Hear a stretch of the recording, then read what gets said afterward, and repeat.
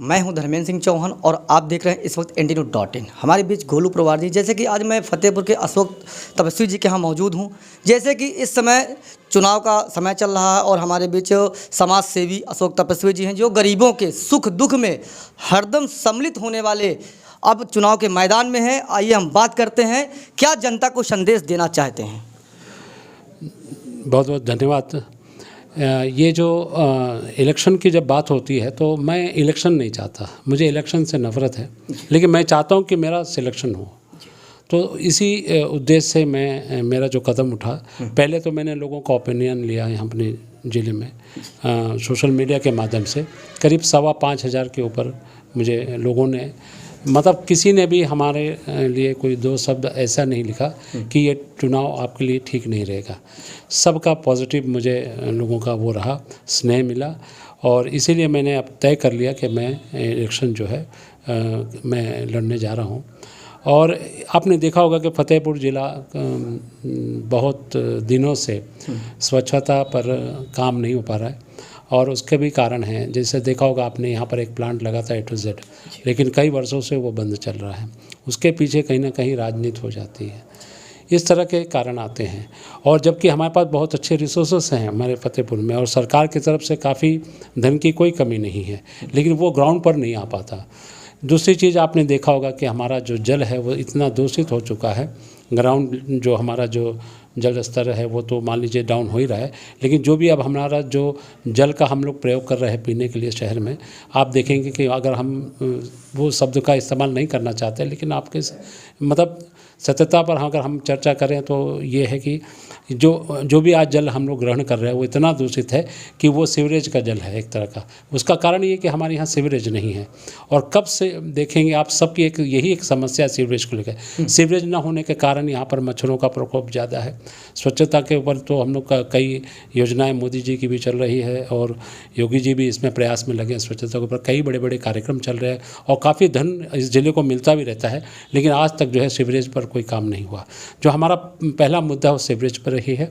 और दूसरा जो है, जो हम चाहते हैं कि आपने देखा होगा गलियों में जो खंभे गड़े हैं बिजली के, आपने देखा होगा घरों का जो कनेक्शन है इतना बड़ा जाल बन गया है, और आए दिन कोई ना कोई घटना घटते रहती है।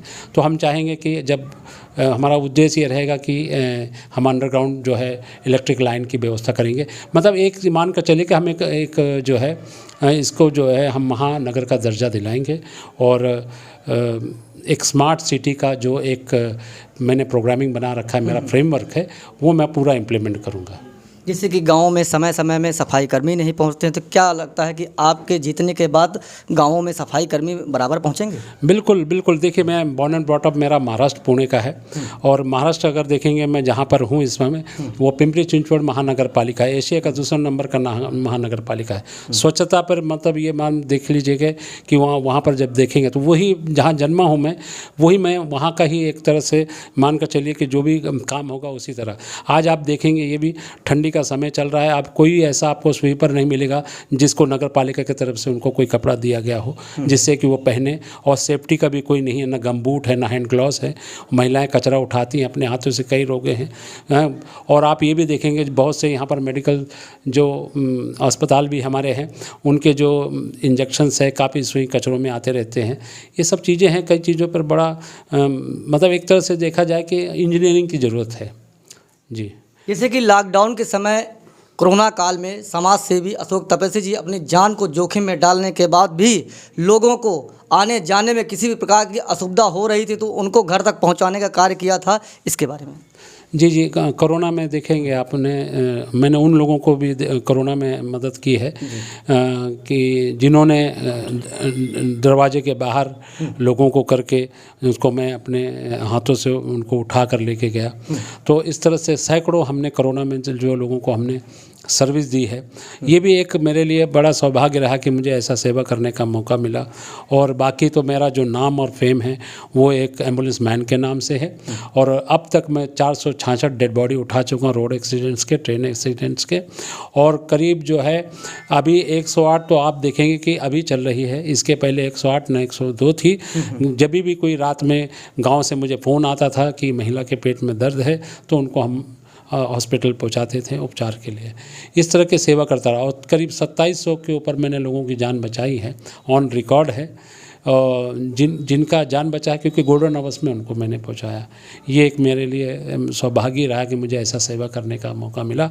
और एक जो और सेवा मेरा जो मैंने एक लोगों की इच्छा के हिसाब से नगर पालिका जो एक चुनाव है, ये ऐतिहासिक चुनाव होगा, ऐसा मेरा सोचना है। धन्यवाद।